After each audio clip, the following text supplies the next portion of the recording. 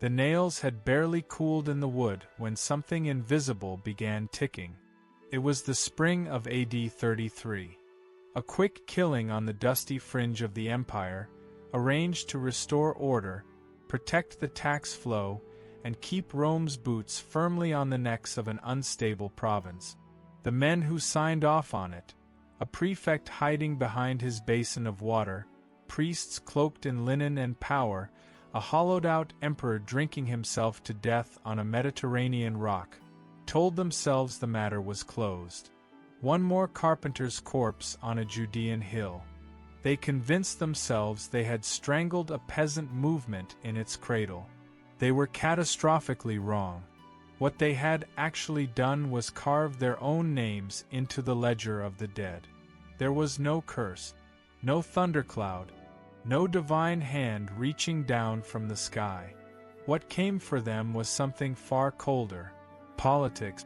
The very empire they bled for turned on every single one of them. Fortunes confiscated overnight. Pillows pressed over sleeping faces. Exile to islands so remote that madness arrived before the ships did. Knives in alleyways held by the same bodyguards they had trained to love them.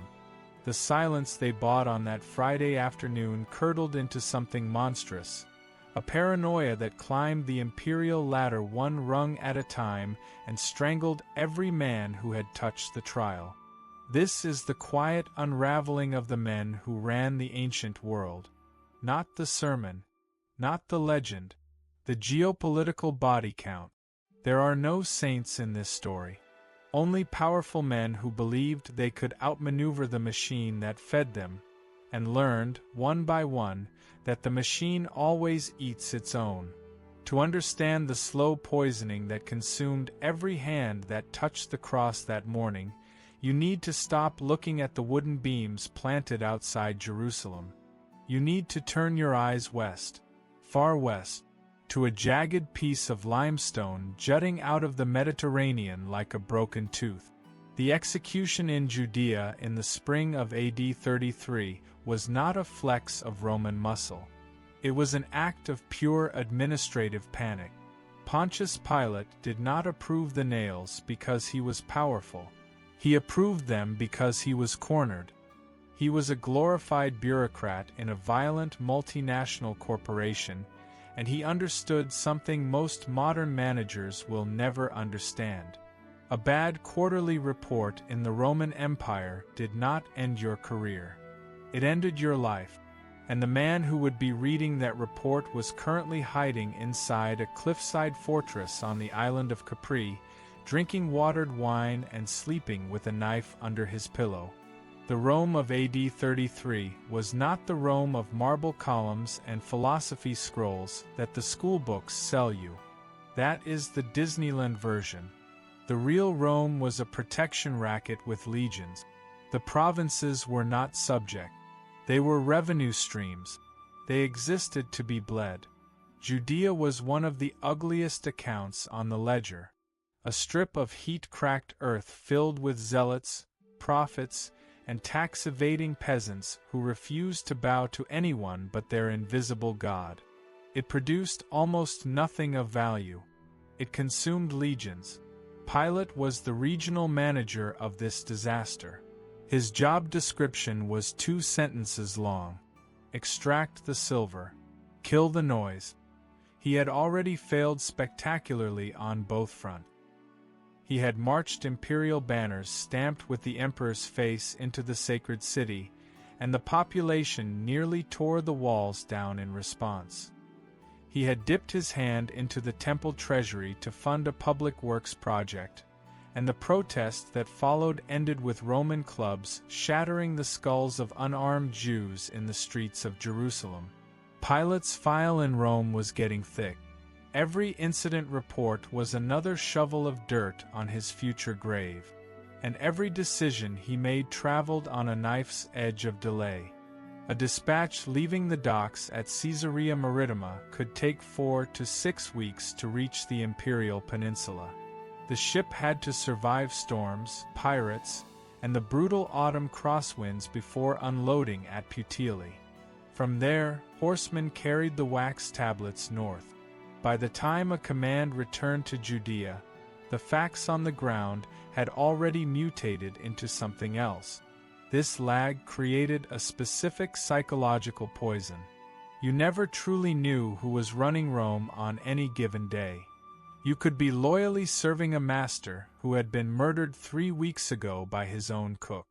You could be executing orders from a dead man and not find out until the assassins were already kicking in your door. Stay with us till the end for valuable insight.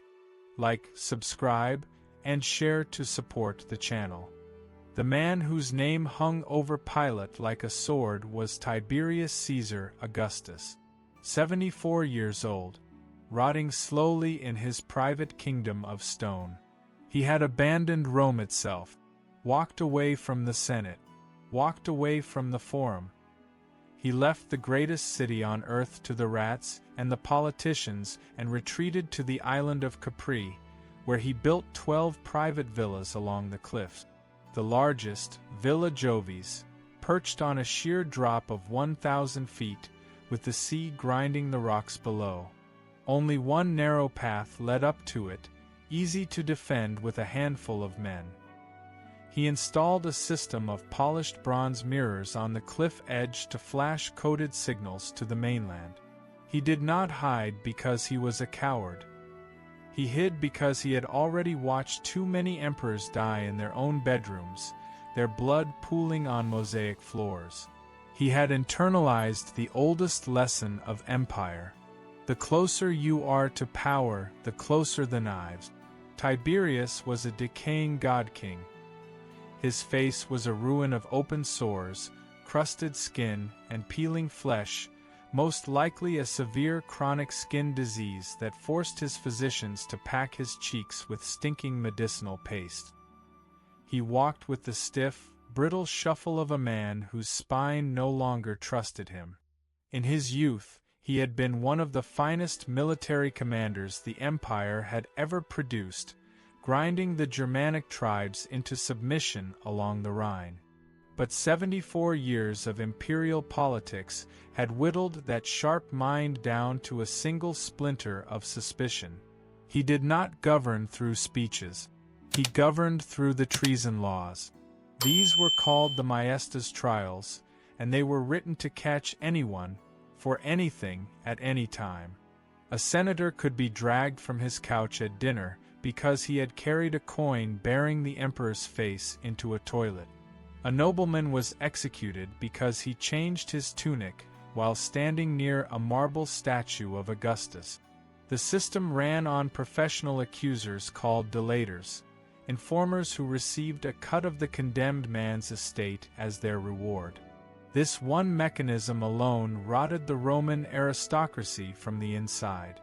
Fathers informed on sons. Wives whispered on husbands. Household slaves sold out their masters for a silver handful and a chance at freedom. Every senator in Rome slept lightly. Every knock on the door after midnight was the last sound some of them ever heard.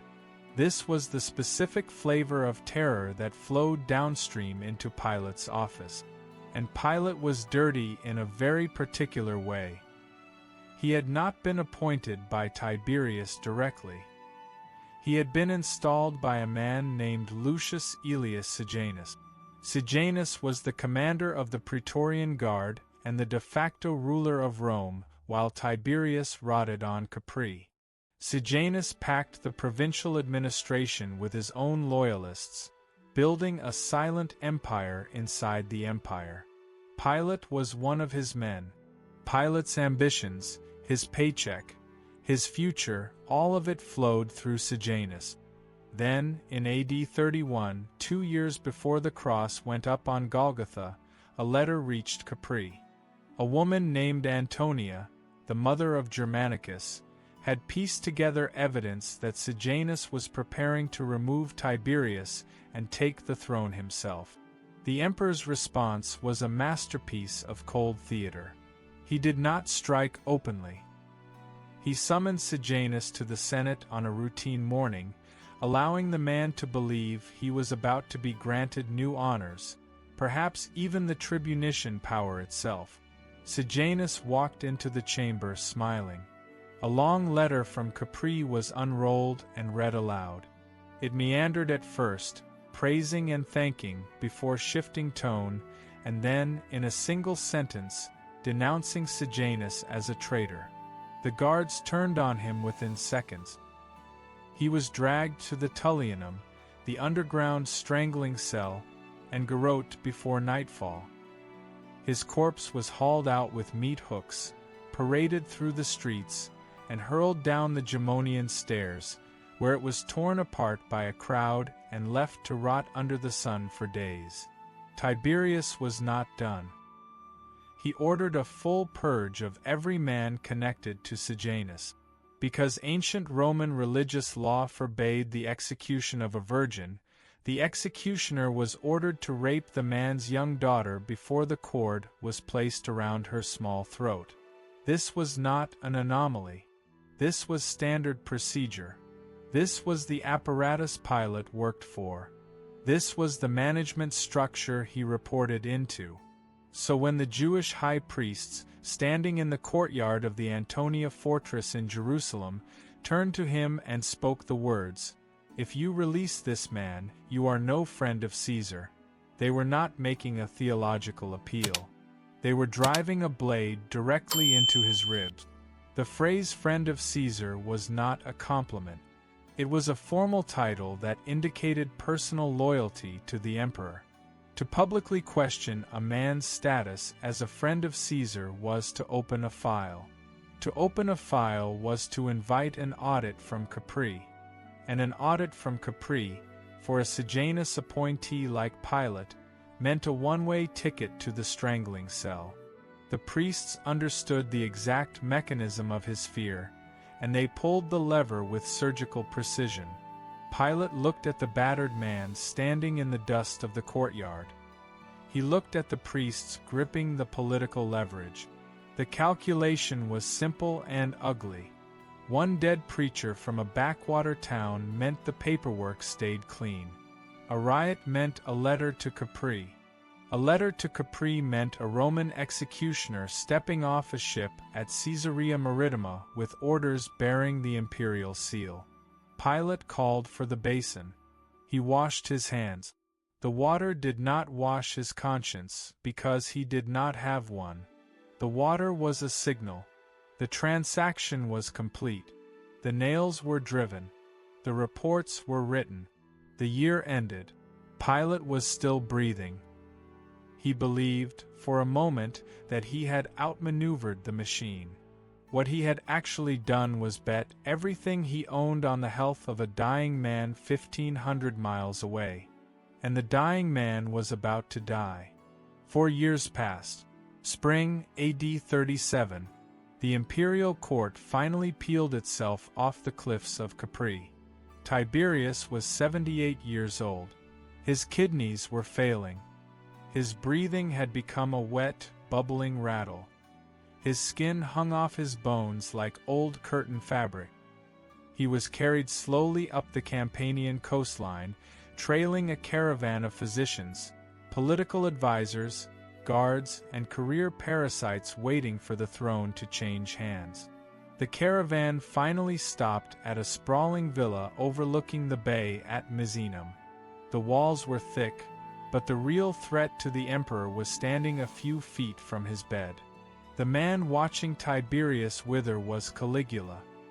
He was 24 years old, and he was the last male survivor of a family slaughter that Tiberius himself had orchestrated. Caligula had spent his youth living under the same roof as the man who had systematically dismantled his entire family. He learned to perform. He swallowed every scream. He smiled at the executioner of his mother. He stood silently when prisoners were thrown from the cliff. He watched. He studied. He became a perfect mirror. Standing to his right was Naevius Sutorius Macro, the new prefect of the Praetorian Guard. Macro was a political mechanic forged inside the gears of the empire, and he understood a single immutable law. When power shifts in Rome, you move with it in the same instant, or it crushes you under the wheel. On March 16, AD 37, the succession machine detonated into motion.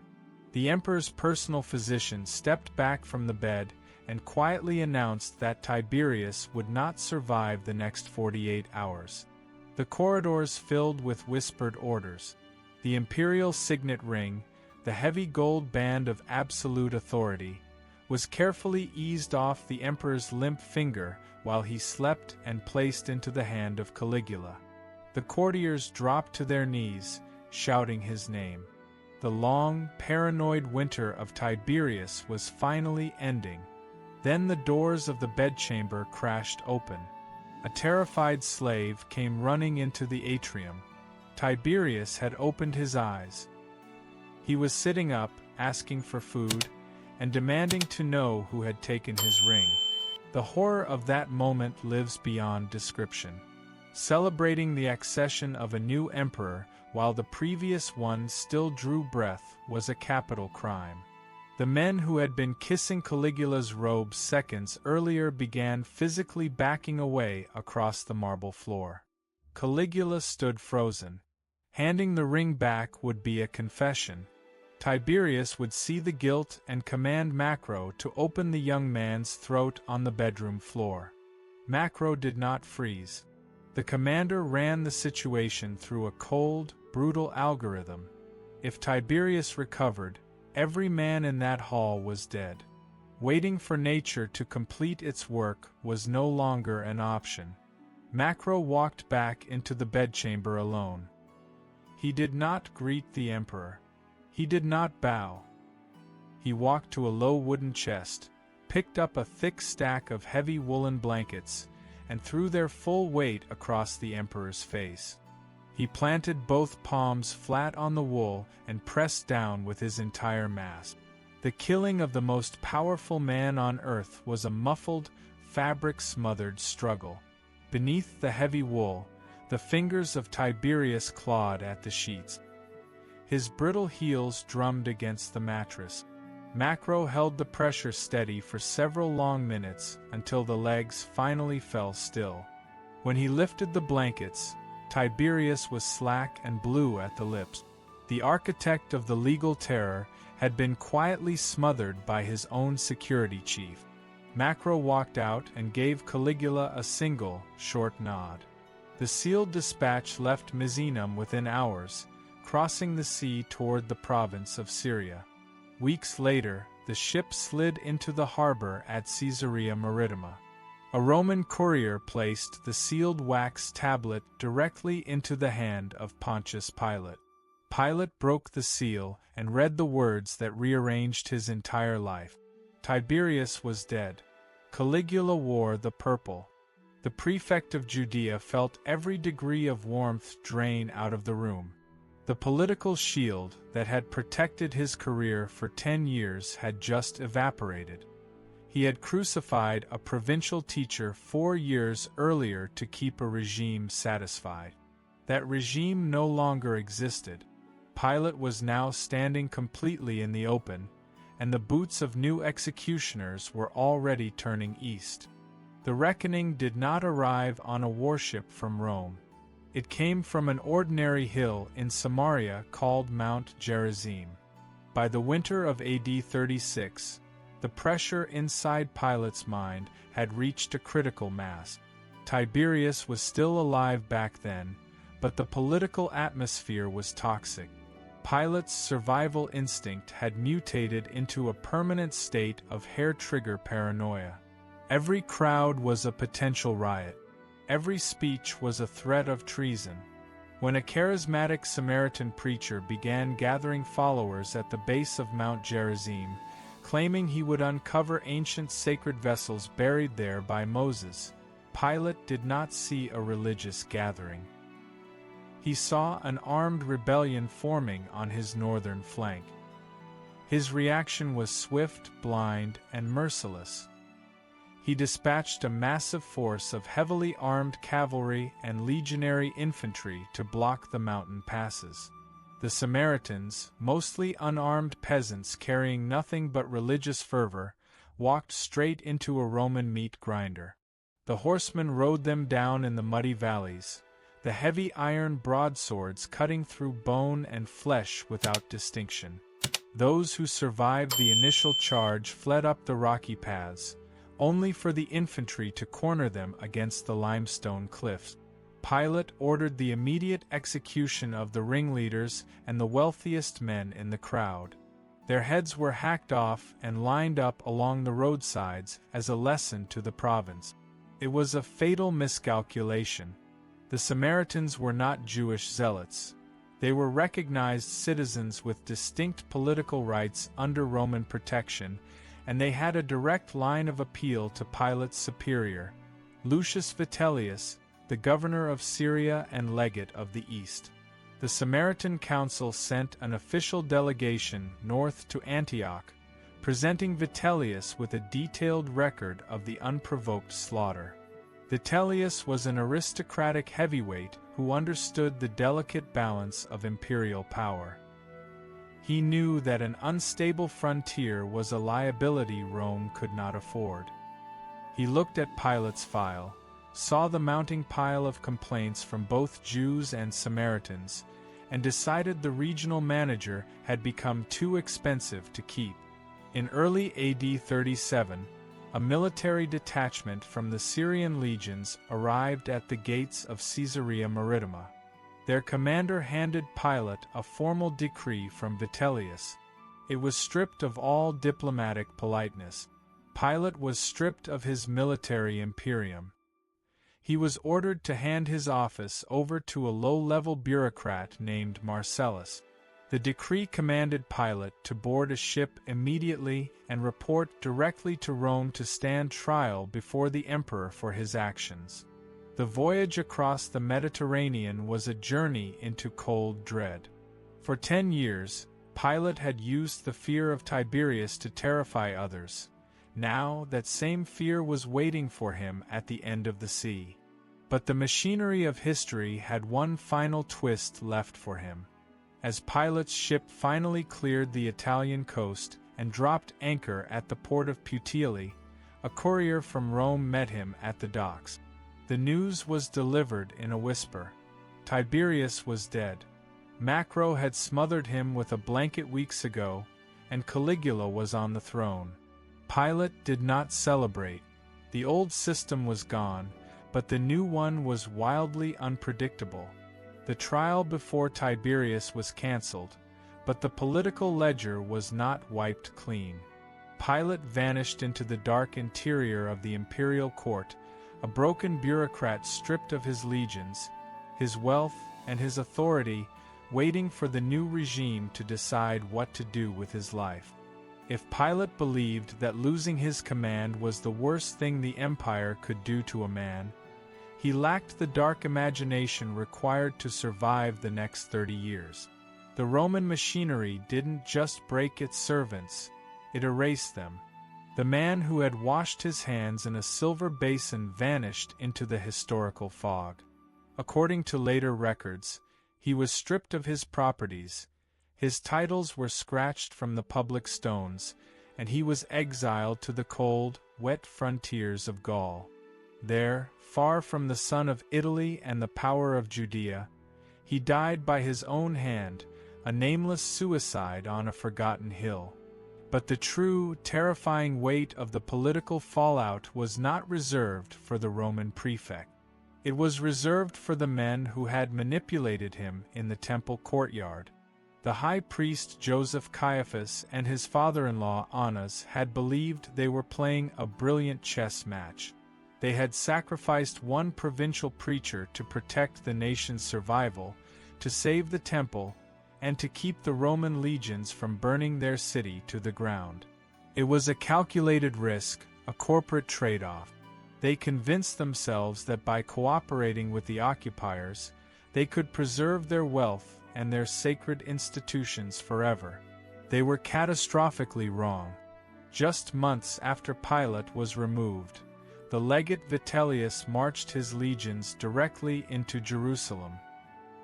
He entered the temple complex, stripped Caiaphas of his high priestly robes, and formally dismissed him from office.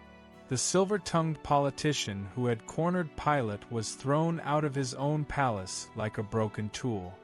The political capital he had traded his conscience to build evaporated in a single afternoon. And then the real avalanche began. 33 years after the crucifixion, the fragile peace the priests had bought with blood finally ruptured. The Roman machine, growing hungrier and more unstable under a succession of paranoid emperors, began grinding the province down with impossible taxes and casual cruelties. In AD 66, the province of Judea finally exploded into a total, apocalyptic rebellion. The radical zealots, whom the priests had spent decades trying to suppress, swept through Jerusalem. The very first thing they did was hunt down the high-born aristocratic collaborators. The palaces of Annas and the priestly elite were set on fire, and the high priests were slaughtered in the streets by their own countrymen. In AD 70, 4 Roman legions under the command of Titus surrounded the city. The siege was a masterclass in slow, forensic starvation. Parents boiled their own children in the dark alleys. Tens of thousands of corpses were hurled over the stone walls until the valleys around Jerusalem smelled of nothing but rotting human fat. When the walls finally breached, the Roman soldiers went systematically to work. They didn't just kill the rebels. They dismantled the world the priests had tried to protect. The great temple of Jerusalem, the floor of solid gold, the cedar beams, the massive limestone blocks, was set ablaze. The fire was so intense that the gold lining the sanctuary walls melted and ran down into the cracks between the stones. Roman soldiers, driven by pure greed, tore the building apart block by block with iron crowbars to extract the hardened metal. Not one stone was left standing upon another. The trade-off made on that Friday afternoon in AD 33 was complete. The priests had killed a man to save a temple. In the end, they lost the man, they lost their offices, they lost their lives, and the temple itself was reduced to a blackened field of ash. The political machine they trusted to save them had ground them into dust. History did not remember them as brilliant politicians. It remembered them as the men who wound the clock of their own destruction. If you enjoy dark, untold history, subscribe because we uncover what others won't.